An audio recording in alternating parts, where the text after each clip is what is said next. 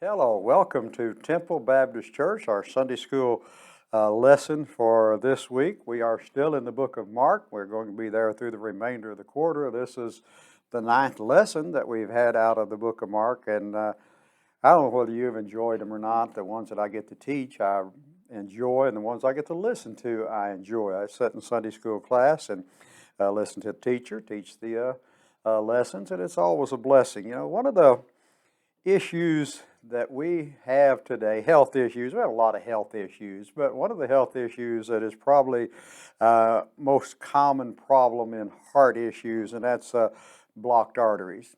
Now that restricts the flow of blood to the heart, and so that can cause a problem. And like this blockage here that we have with our heart trouble today in our daily lives, our physical lives, I think obstacles can be developed in our prayer life that hinders us from effectively communicating with God.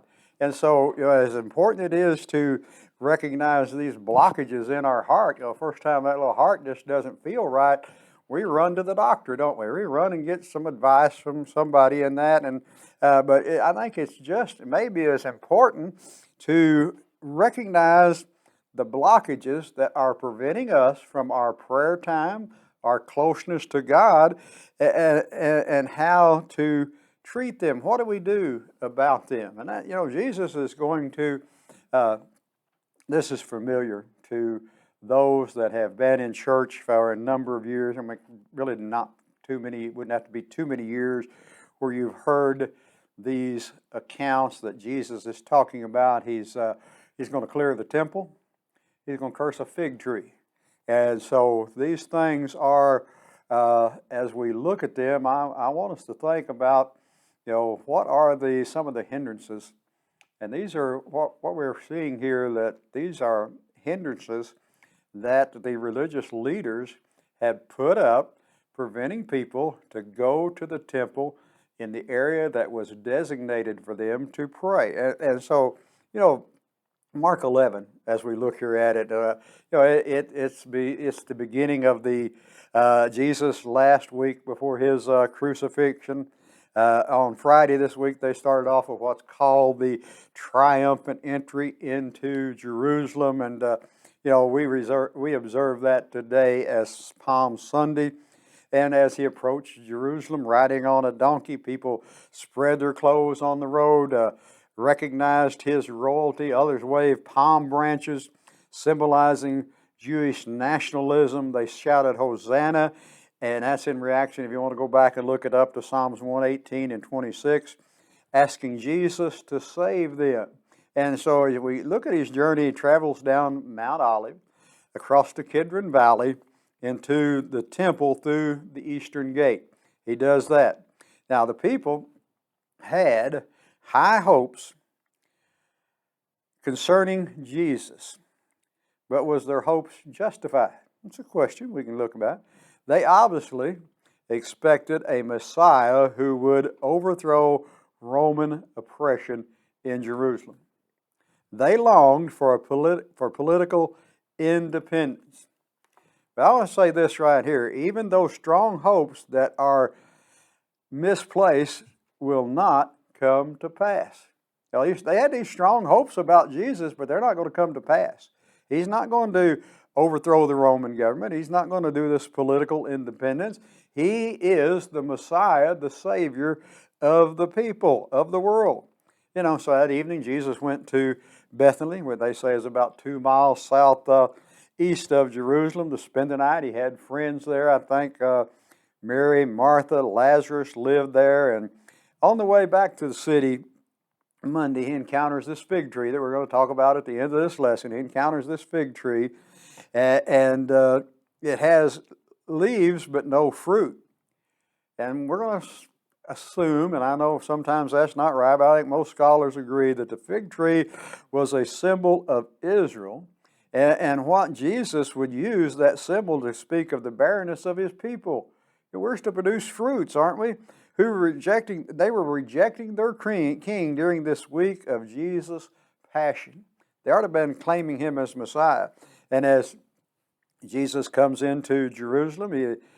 He's just, I'm going to use a term that we don't use too much. He's flabbergasted at what he saw in the temple. Now, the temple was a segregated place. There was a court for the Gentiles. There were a court for the women. They were a court for the Israelite men. And greedy leaders, though, had turned the court of the Gentile into a place of commerce, a place where they were going to sell offerings and exchange money and all of that, instead of a place of prayer. All three of these places that I've already mentioned were places that the Gentiles could go pray, the women could go pray, and the men of Israel could go pray.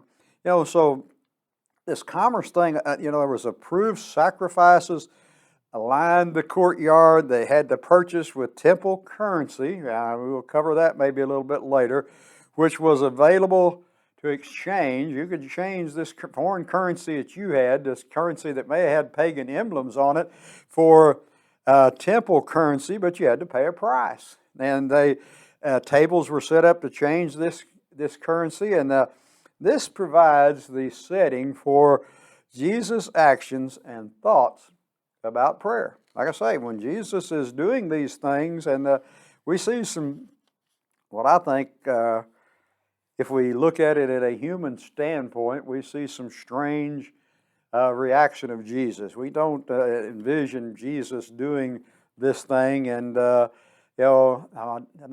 he didn't do it out of anger. Okay, he done it out of the need. And so let's read chapter 11, verses 15 through 17. And they came to Jerusalem, and Jesus went into the temple and began to cast out them that sold and bought in the temple, and overthrew the table of the money changers and the seat of them that sold doves, and would not suffer that any man should carry any vessel through the temple. And he taught them, saying to them, Is it not written, My house shall be called of all nations the house of prayer, but you have made it a den of thieves?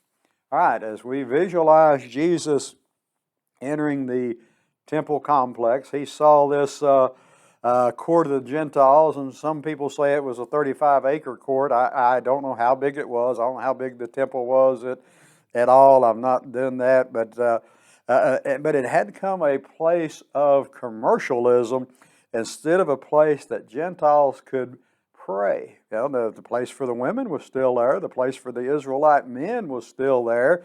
And so, and again, I'm talking about the money changers. They were changing currency because a Jewish man was expected to pay a temple tax of a half shekel each year. And the tax could not be paid, as I said, in foreign currency. It had to be paid and so they had to exchange for temple currency, and you'd think it'd be straight across the board exchange, wouldn't you? Nope. And so they didn't do that. That was another thing they were doing. Those who had traveled a long distance needed to purchase an unblemished animal for the sacrifice, and the temple court offered these services. Of course, doves were offered to sacrifices for the poor who could not afford the more expensive animals. So they had, what we say here, they had all their bases covered on what they were going to sell a person. Now, you can take this for what it's worth, but it has been reported that a single merchant alone, just one merchant, sold over 3,000 sheep per day during the time of the festival. Now, that to me sounds like a lot, but I guess the size of the nation, the size of the festival, and all that, maybe it's probably nominal. But, how can the Gentiles pray in the place that is designated for them to pray for with all this chaos going on? My house shall be called the house of prayer, but you've made it a den of thieves. And Jesus just, again, referring to prophecy. We're not going to go back and read these, but I'll give you Ezekiel chapter 37, verses 26 and 28, and Malachi chapter 3, verses 1 and 4. They took the authority that had belonged to the high priest to begin. The high priest is the one that should have been cleaning this up. They should have been cleaning this up and cast them out that sold and bought in the temple.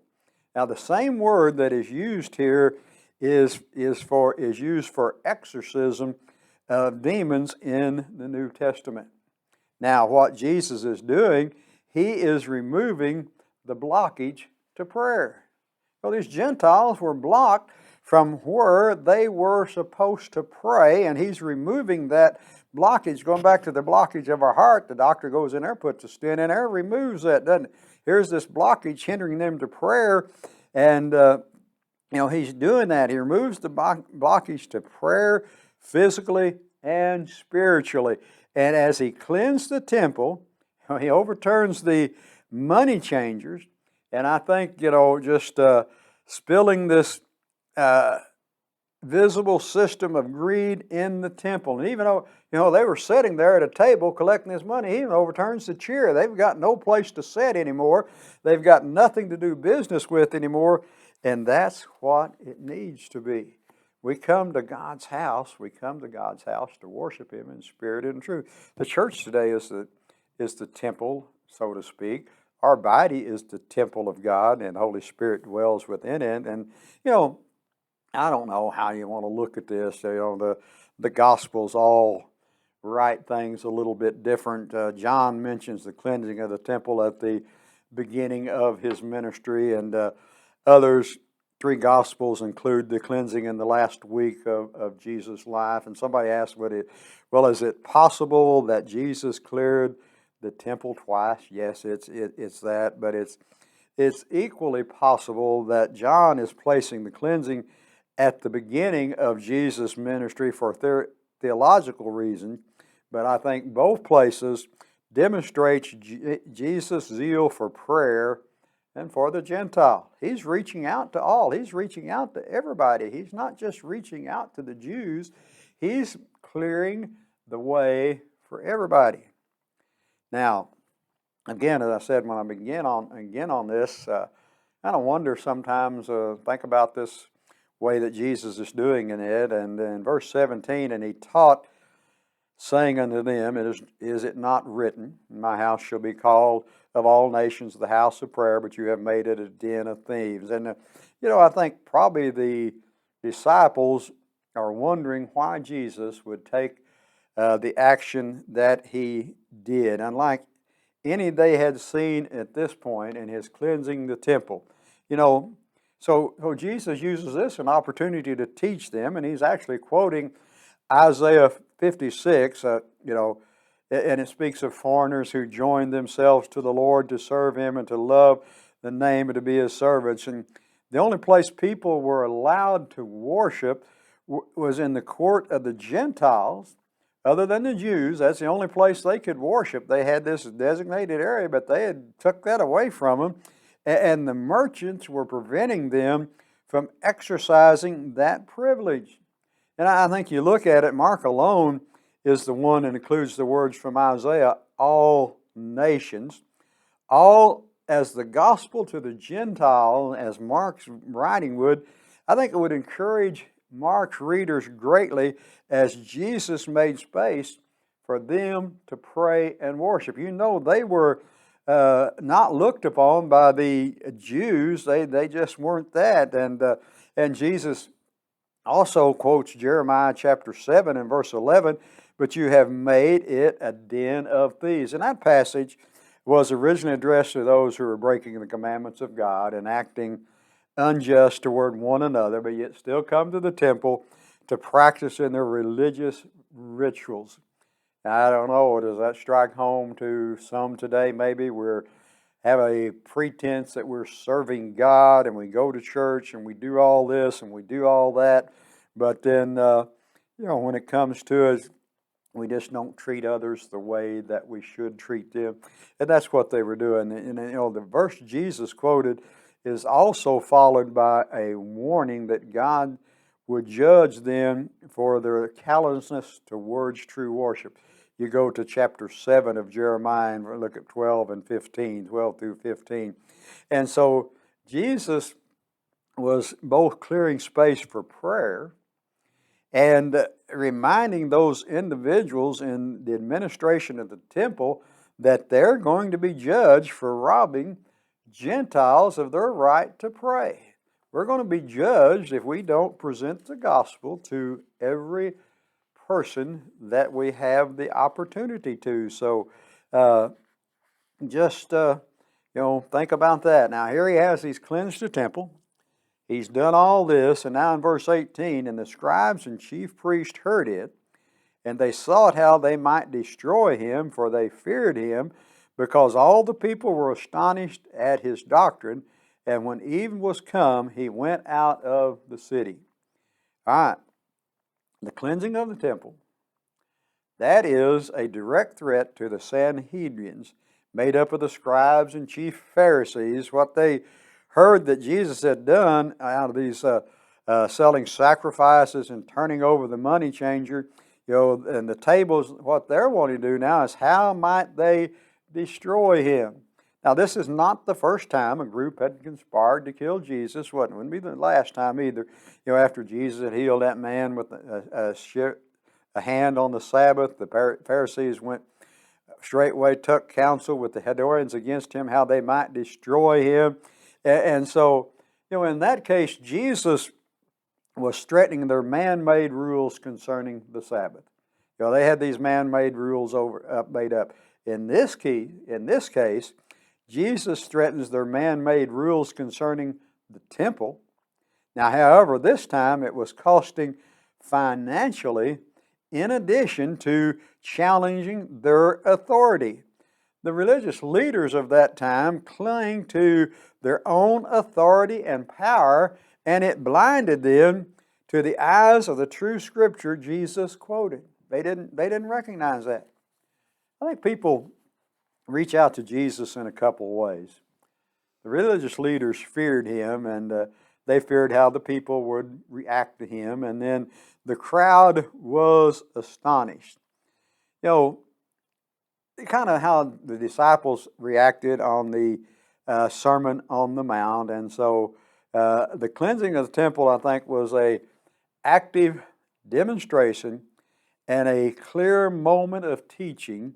The people were still processing what happened, and the religious leaders were afraid of the consequences of harming Jesus at that point.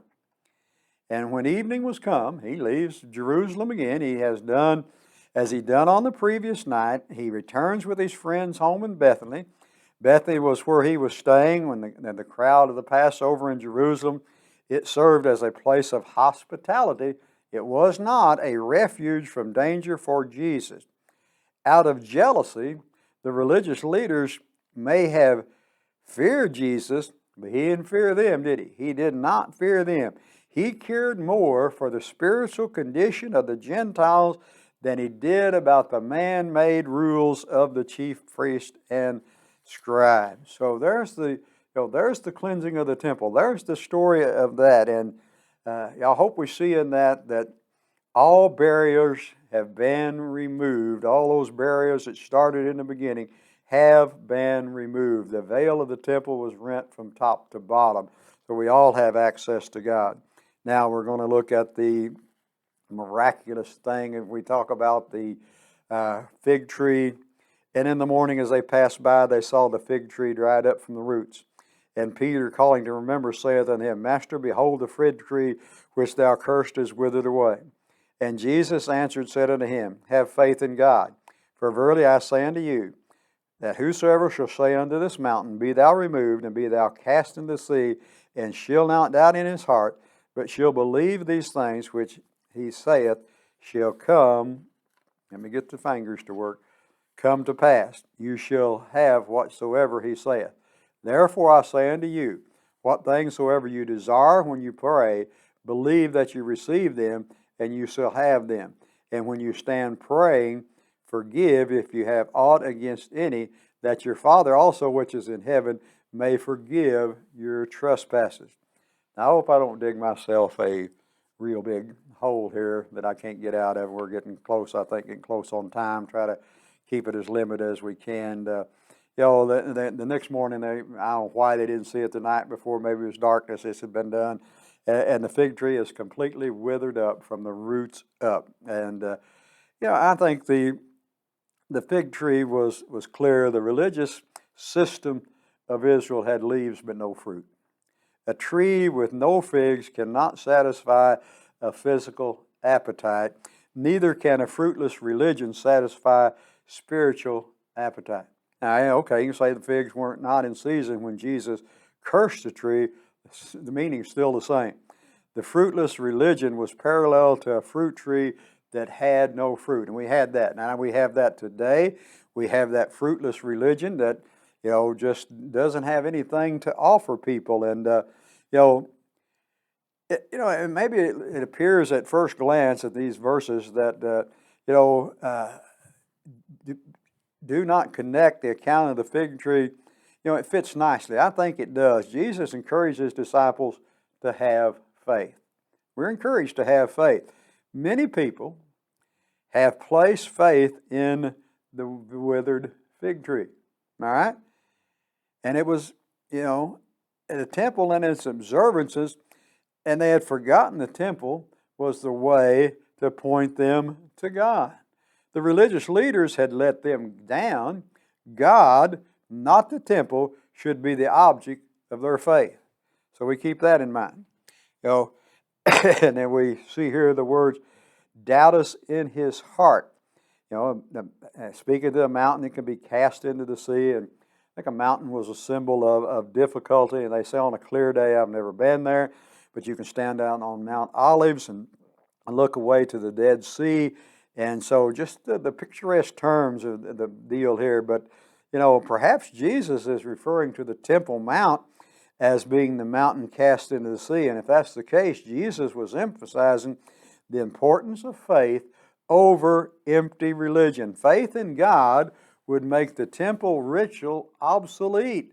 And that's exactly what happened in the death of Christ. The veil of the temple was tore into pieces. And, Jesus says that faith is indispensable to answered prayer. The self-centeredness of these religious leaders had hindered the Gentiles in prayer in the place that God had designated to meet with them. They got it out of the way. Jealousy over Jesus' influence over others had hindered the prayers of the religious leaders. They're more greed than anything else. They desired to kill him rather than listen to him. So faith gives the believer of God, would be the element that opens the blockage in prayer in the lives of individuals. That's what faith is. Verse 24, I don't believe is a plea for people to pray for God to change what is in his plan. We don't do that. Rather, it is a call for passionate pursuit of God by faith that allows us to see his plan accomplished in us. And believers receive it, not a blank check or a bottle and a genie, but rather a call to turn our hearts to the will of God. So in addition to faith, go back up here and read that. And when you stand praying, forgive if you have aught against any, that your Father also which is in heaven may forgive your trespassing. Forgiveness is a prerequisite, that's a big word, prerequisite to answered prayers. Those who pray, when we pray, we should examine our heart to see if it is right with others. Those who are forgiven, and we are forgiven by God, when you think about all the things he's forgiven us of, we should adopt a spirit of forgiveness towards others. So those who have experienced the grace of God, and we have if we're one of his children, we cannot continue to harbor bitterness towards others. Grace is undeserved, thus we should realize that forgiven must be freely granted to others, and it's not earned by them. For by grace are you saved through faith, and it not of yourself. So we need to, as believers, just quickly finishing up here, seek to remove distractions from prayer, both from themselves and others. We must be diligent to make sure that our prayers are not hindered by jealousy or greed. And we as believers should pray with faith out of a forgiving heart. Thank you for joining us for the Sunday School time today. We invite you to come and be a part of our Sunday School classes. We have Sunday School every Sunday at 9 o'clock. May God bless you is our prayer.